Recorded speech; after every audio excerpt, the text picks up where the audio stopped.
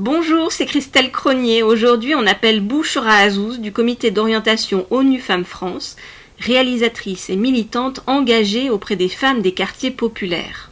Bonjour Bouchra. Bonjour. Alors, à travers vos écrits et vos films, vous interrogez la question de l'identité et des luttes systémiques pour l'égalité et l'émancipation des femmes. Vous pouvez m'en dire un petit peu plus ? Oui, écoutez, mes films et mes essais, en fait, partent d'un point qui est un point très particulier, qui est d'abord le jeu. Et le jeu, ça consiste d'abord, quand on est issu de l'immigration, des quartiers populaires et des classes populaires, de s'interroger sur sa condition de femme. Et c'est en traversant cette longue réflexion, chemin faisant, et les événements aussi de la vie, on se marie, on devient maman, etc. Toutes ces choses de la vie particulière vont nourrir d'abord une réflexion sur effectivement cette identité de femme, encore une fois issue des quartiers populaires et de l'immigration arabo-musulmane, puisque la question religieuse, elle vient aussi percuter cette question de l'identité.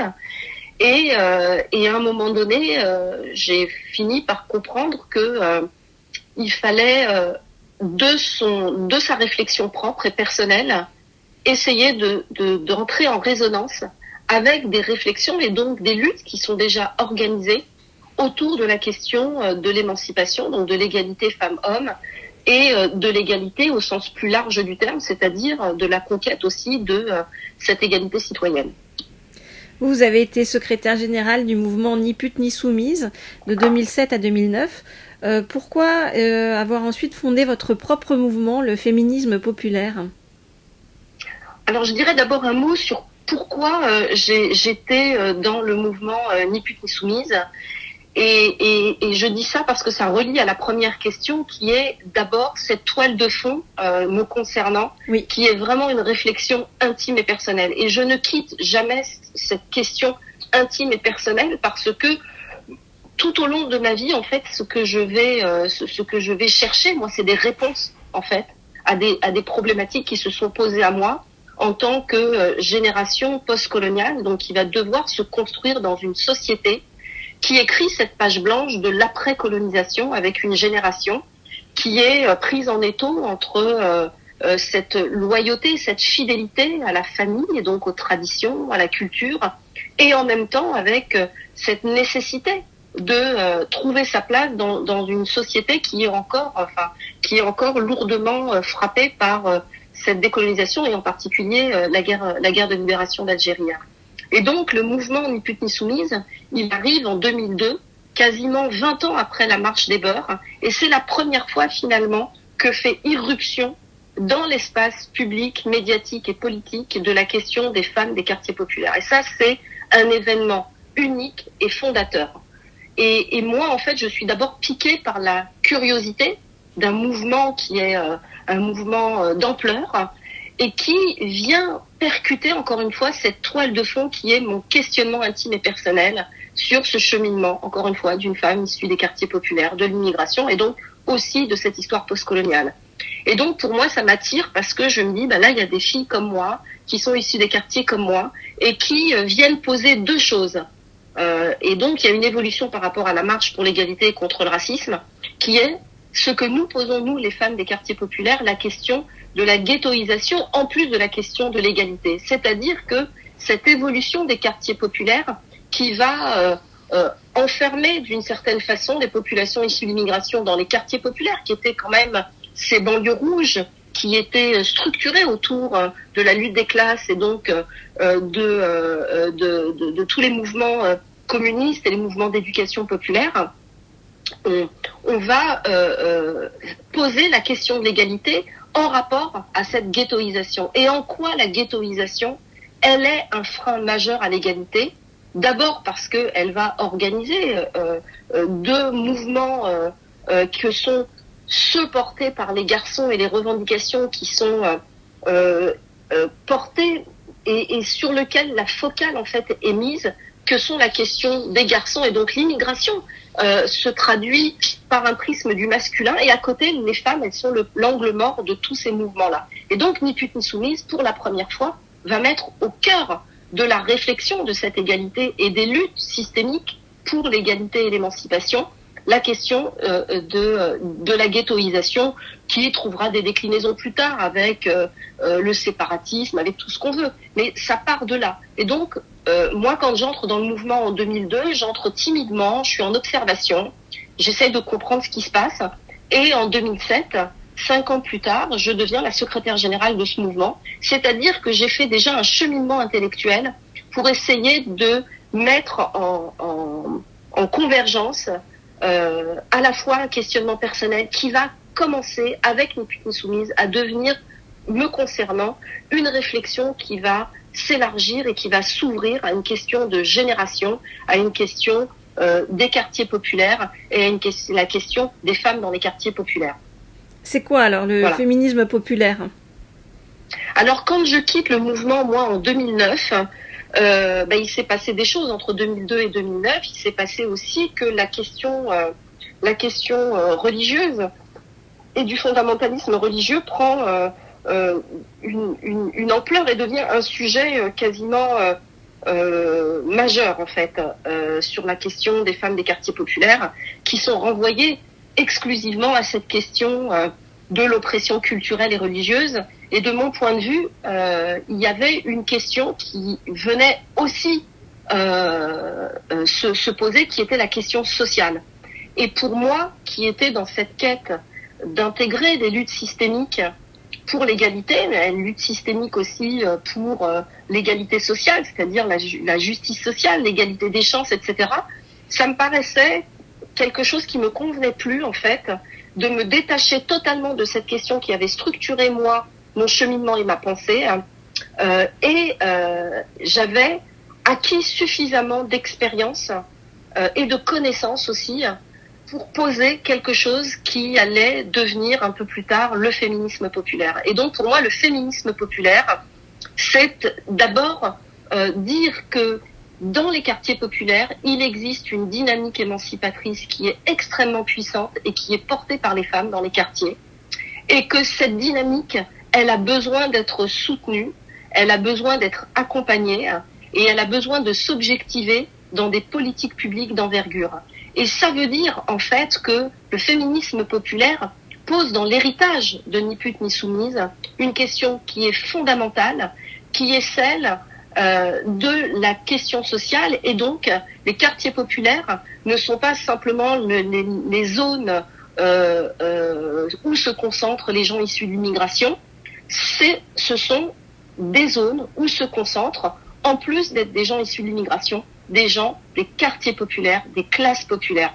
Et je pense que la discontinuité qu'il y a eu à un moment donné avec cette lutte systémique, j'allais presque dire de lutte des classes, même si je suis pas une gauchiste, mais que je reste quelqu'un de profondément ancré dans la question sociale, pour moi c'était un danger. Et donc au sortir du mouvement Ni Putes Ni Soumises, je fonde le mouvement du féminisme populaire et surtout je commence à construire à partir de 2009 cette pensée d'un féminisme populaire. Ce féminisme populaire et sa genèse, vous l'avez montré à travers une série de documentaires, Nos mères, nos daronnes, on nous appelait Beurettes et meufs de la cité, vous avez fait un documentaire également sur les femmes d'Algérie en France. Qu'est-ce que vous pouvez nous dire et qu'est-ce que ces documentaires nous disent du côté invisible des femmes ?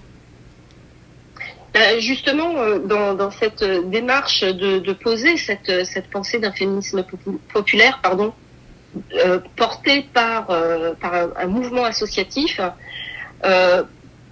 pour moi c'était important d'essayer de trouver en fait un outil qui permettait d'exprimer clairement, sans militantisme justement, ce féminisme populaire et de lui donner une représentation concrète.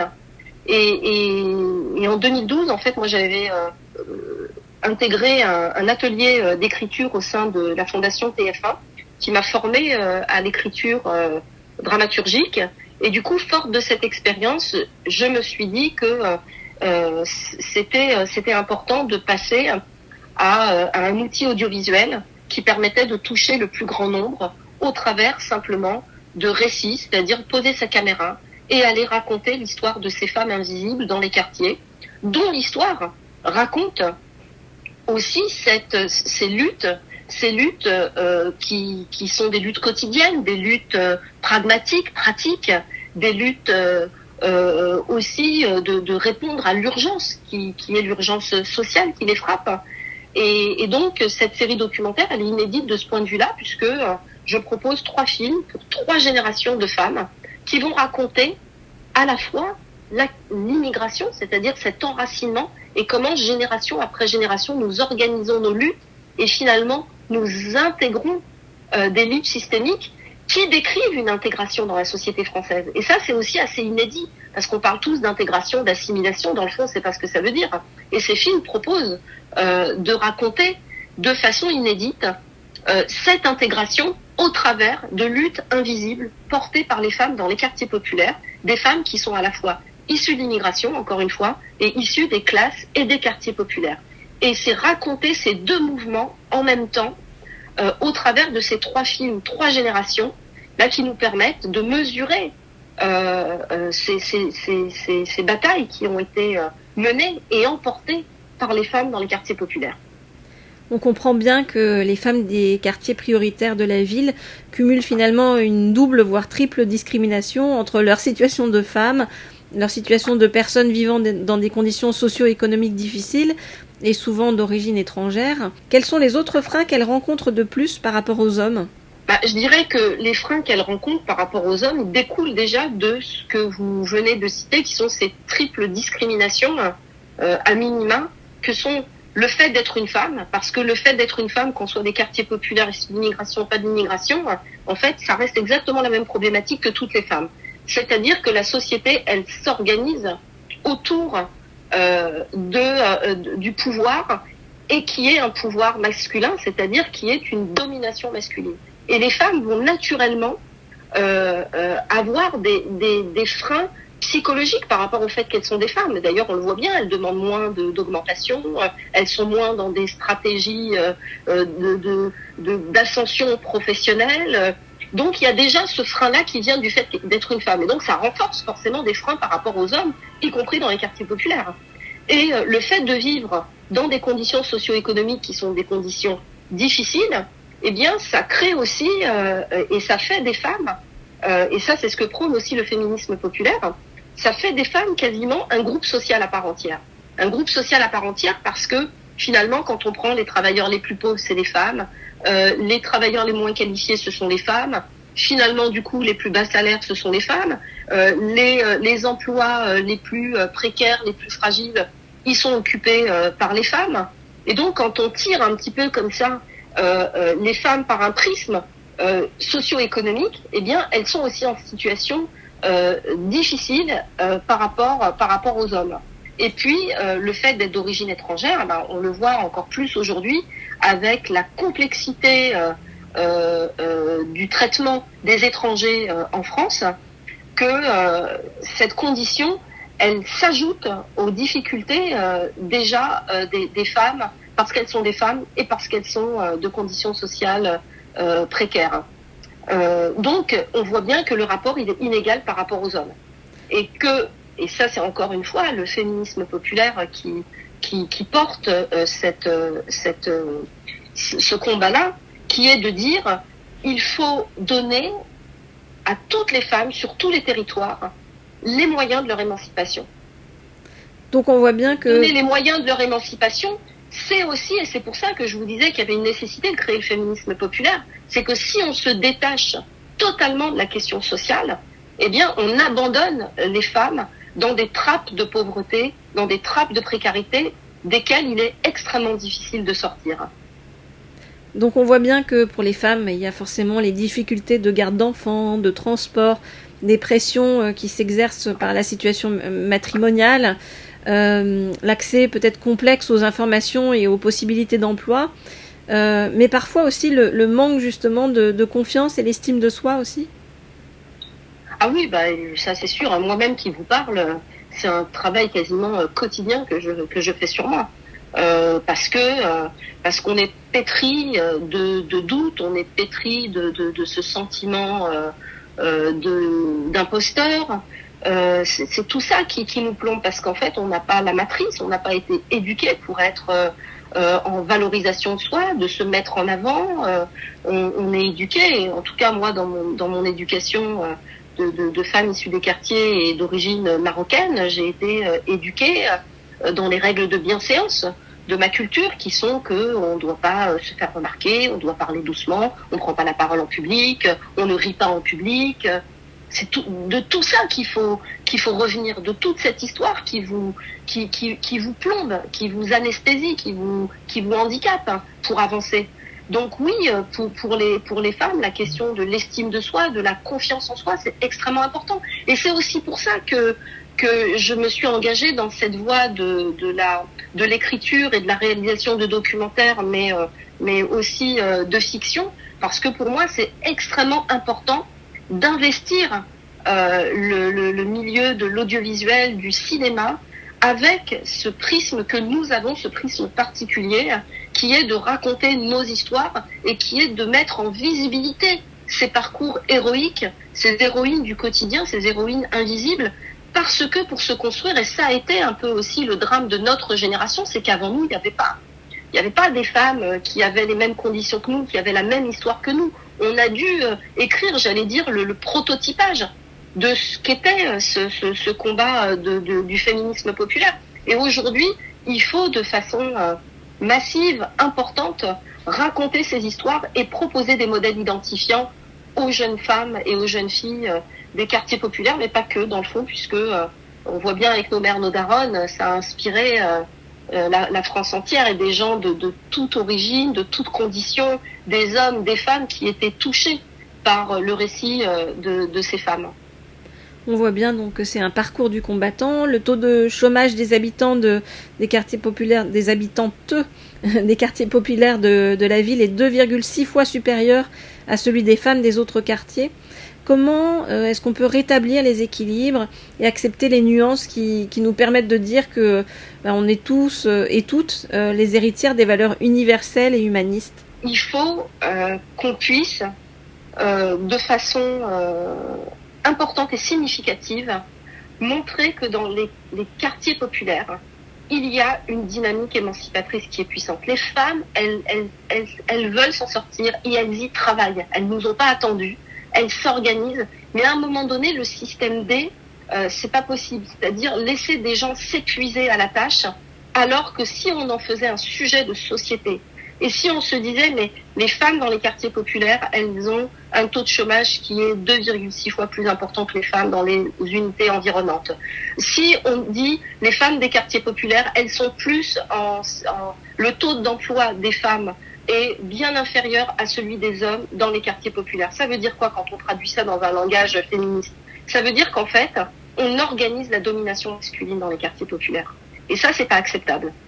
Et donc, on doit, et c'est aussi le rôle de plaidoyer du féminisme populaire, essayer d'amener les politiques à s'engager de façon beaucoup plus forte et soutenir aussi les associations, parce que effectivement, nous, on fait notre part du travail, mais notre part du travail, elle est d'abord éminemment politique, et de dire, eh bien, il faut investir de façon massive. Qu'est-ce qu'on fait pour mettre en place des plans d'envergure d'accès à la formation professionnelle? Est-ce qu'on pourrait pas, par exemple, réfléchir à un don de son CPF, par exemple? Il y a plein de gens qui l'utilisent pas. Pourquoi ils pourraient pas le donner dans une solidarité active à des femmes des quartiers populaires pour qu'elles puissent accéder à des formations dont elles ont besoin quand elles se mobilisent sur des projets d'émancipation économique? Il y a plein de choses à réfléchir, mais encore une fois, il faut porter et se hisser à un niveau politique pour arriver à infléchir ces inégalités. Comment est-ce que vous parvenez à faire entendre la voix des femmes à l'ONU? Alors, l'ONU, moi je suis au comité d'orientation d'ONU Femmes France. Des femmes, des jeunes femmes qui sont qui sont sensibles à toutes ces questions-là et qui sont sensibles aussi à la question des femmes des quartiers populaires et qui ont vu au travers de mes films quelque chose à soutenir. Et donc, elles m'ont demandé de rejoindre ce comité d'orientation qui permet justement de donner des orientations, de sensibiliser sur des sujets, de les faire remonter. Donc, ce sont surtout l'équipe d'ONU Femmes France qui travaille d'arrache-pied. Et moi, très modestement, j'apporte ma pierre à l'édifice, mais parce que il me semble, encore une fois, comme je le disais, que la question politique, elle est extrêmement importante. Et pour rejoindre ce qu'on disait tout à l'heure sur la question de l'estime de soi, de la confiance en soi, moi je pense que on arrivera à atteindre ce principe d'égalité quand on aura compris individuellement que le combat il est politique, qu'on doit se hisser partout où on est à un niveau politique. Et ça me paraît très important de le souligner. Et avec ONU Femmes France, moi, ça participe de ce désir-là, en fait, le fait d'intégrer ce comité d'orientation. Vous avez vu votre mère travailler de façon acharnée pour élever ses 10 enfants. Alors, je ne sais pas dans quelle proportion il y avait de filles ou de garçons, mais comment est-ce que ça se passait, l'égalité homme-femme, dans votre propre famille ? En fait, c'était d'abord très paradoxal parce que j'ai un père qui était quand même assez progressiste sur la question de l'égalité, mais pour plein de raisons qui sont des raisons aussi du contexte dans lequel lui il a grandi dans un Maroc sous protectorat et avec finalement une culture assez francisée.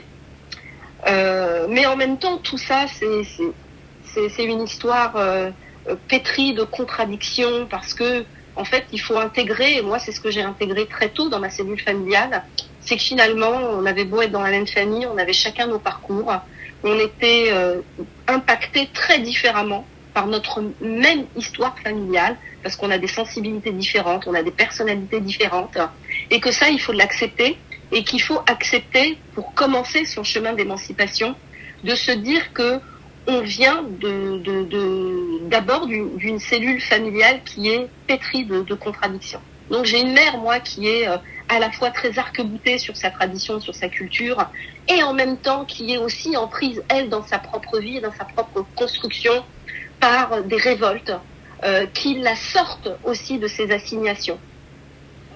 Et donc voilà, toute cette expérience de vie familiale a fait de moi ce que je suis, c'est-à-dire quelqu'un qui n'a pas beaucoup de certitudes, qui avance avec beaucoup de questionnements et qui évite de s'enfermer dans des certitudes, parce que la certitude, en fait, elle vous tétanise et elle vous empêche d'aller plus loin. Et que l'émancipation, comme je le dis et comme on le voit au travers de nos mères, nos daronnes, c'est un chemin qui ne se termine pas jusqu'à son dernier souffle, en fait, parce que toute sa vie, en fait, on se construit par rapport à son héritage familial, culturel, par rapport à son environnement, par rapport à ses désirs, par rapport à ses échecs, par rapport à ses regrets, par rapport à ses remords. Et c'est tout ça qui fait la nature humaine. Vous aviez combien de frères, combien de sœurs ? Alors, j'ai 4 frères et 6 sœurs. Les filles gagnent chez vous. Et on est tous totalement différents les uns des autres. Il n'y en a pas 2 pareils. Il n'y en a pas 2 pareils dans la même famille. C'est incroyable. Et pour moi, la cellule familiale, c'est vraiment la première cellule primordiale, en fait, de la société. Je crois que, et c'est pour ça que moi, j'ai jamais été dans une démarche de rupture familiale, même si j'ai été révoltée très très tôt, mais j'ai toujours essayé de maintenir un équilibre, même s'il est fragile, même si parfois il est rompu, mais de maintenir cet équilibre parce que dans cette relation qu'on a avec sa mère, dans cette relation qu'on a avec son père, et ensuite dans les relations qu'on a avec nos frères et sœurs, il y a tout ce qui constitue les ressorts qui permettent ensuite d'avancer et de slalomer dans la vie et dans la société. Quelles sont vos grandes héroïnes, vos modèles féminins ? Moi, mes grandes héroïnes, c'est d'abord les femmes de ma famille. C'est d'abord ma mère, parce que, je veux dire, quand on ouvre les yeux, on les ouvre d'abord sur sa mère, et que moi, ma mère a été vraiment pour moi un sujet de fascination et de réflexion. Je veux dire, il n'y aurait pas de féminisme populaire s'il n'y avait pas cette relation d'abord extrêmement fusionnelle, et ensuite une rupture qui m'a permis, à partir de 2001, du début des années 2000, à construire une nouvelle relation entre moi et ma mère. Et pourquoi d'ailleurs c'est très daté, c'est parce que je perds ma première fille au début des années 2000, elle naît prématurément. Et je pense que dans ma réflexion, et c'est pourquoi je parle toujours de cette toile de fond qui est ce questionnement sur cet intime et sur ce personnel, sur son histoire intime et personnelle, parce que ce moment-là, j'allais passer de fille de ma mère à mère de ma fille. Et qu'on ne peut pas passer de l'un à l'autre s'il n'y a pas quelque chose d'extrêmement solide qui s'est construit. Et je pense que j'étais pas encore assez solide dans ma construction par rapport à cette question spécifique, et donc la question spécifique de mon émancipation à ce moment-là. Et donc voilà, ma mère, ça a été vraiment, elle est au cœur de ma réflexion, elle est au cœur de la construction du féminisme populaire. Et par extension, ça a été toutes les femmes de mon quartier que j'ai observées, et j'ai eu la chance de pouvoir observer aussi, parce que j'étais l'aînée des filles, et que ma mère était couturière au début des années 70, et que dans l'appartement à Bobigny, venait ici se déployer en même temps que se déployaient les tissus, se déployaient des récits dont j'étais témoin et qui m'ont questionné d'une façon assez violente d'ailleurs, parce que j'étais pas outillée. Quand on a 4 ans, on comprend pas le monde des femmes. Mais en tout cas, ça m'a percuté de façon suffisamment violente pour inscrire de façon définitive et d'enraciner de manière définitive cette réflexion sur l'être femme. Et donc, ce sont ces modèles féminins, moi, qui m'ont construit et qui m'ont permis ensuite seulement d'aller vers Simone de Beauvoir, d'aller vers Antoinette Fouque, d'aller vers des féministes comme Martine Storti, comme Claude Servan-Schreiber, comme Françoise Gaspard, etc. C'est d'abord ces femmes-là qui m'ont inspirée, qui ont construit et structuré cette conscience féministe. Votre prochain film, Rama et Abraham, va aussi parler de la place des femmes ? C'est le préquel en fait de Nos mères, nos daronnes, qui va raconter l'histoire justement de cette naissance de cette révolte chez ma mère, qui très tôt en fait n'accepte pas sa condition de fille paysanne dans un Maroc rural sous le protectorat. Et c'est ça qui m'a... Je pense qu'en fait, mon travail documentaire serait pas achevé si je racontais pas cette histoire qui est au fondement de tout et qui vient avant l'arrivée de nos mères dans les quartiers populaires, parce que nos mères, elles ont existé avant et que c'était leur rendre justice aussi que de raconter au travers de ce film cette construction, cette lente construction. Et j'ai tellement été nourrie, moi, par les récits de l'enfance de ma mère, que faire ce film-là, c'est déjà plus de 40 ans de réflexion et de consignation de cette mémoire. Et je pense qu'il y a quelque chose qui est très important quand vous parliez aussi dans votre question 7 sur comment rétablir les équilibres. Et comment nous sommes toutes les héritières de valeurs universelles et humanistes. Et pour moi, ça participe de ce désir d'universaliser et de placer ce récit du féminisme populaire dans cet héritage universel et humaniste. Et si on arrive à se retrouver dans le récit d'une petite fille de cette zone rurale du Maroc sous le protectorat français, eh bien, on inscrit déjà ce récit. Et moi, je crois, et ça sera peut-être mon mot conclusif, c'est que nous sommes en souffrance dans cette société. Non pas parce qu'on est en souffrance économique, non pas parce qu'on est traversé par des questions sociétales majeures. On est en souffrance parce que nous n'arrivons plus face à ces défis qui se dressent face à nous à rester cohérents dans cet héritage universel et humaniste. Et c'est ça que nous payons aujourd'hui. Et tout mon effort au travers du féminisme populaire, de mes films et de mes écrits, ça consiste à rétablir cet équilibre-là dont nous avons besoin pour continuer à affronter les défis que nous devons relever tous ensemble. Merci beaucoup, Bouchra. Merci beaucoup, Christelle. Le Cercle de Confiance, le podcast sans filtre qui donne la parole à tous. 100% inspirant, 100% sociétal, 100% optimiste, zéro censure. À retrouver chaque lundi dès 9h sur les différentes plateformes d'écoute, Apple Podcast, Google Podcast, SoundCloud, Spotify, YouTube et bien d'autres. Le plein de bonnes ondes pour la semaine.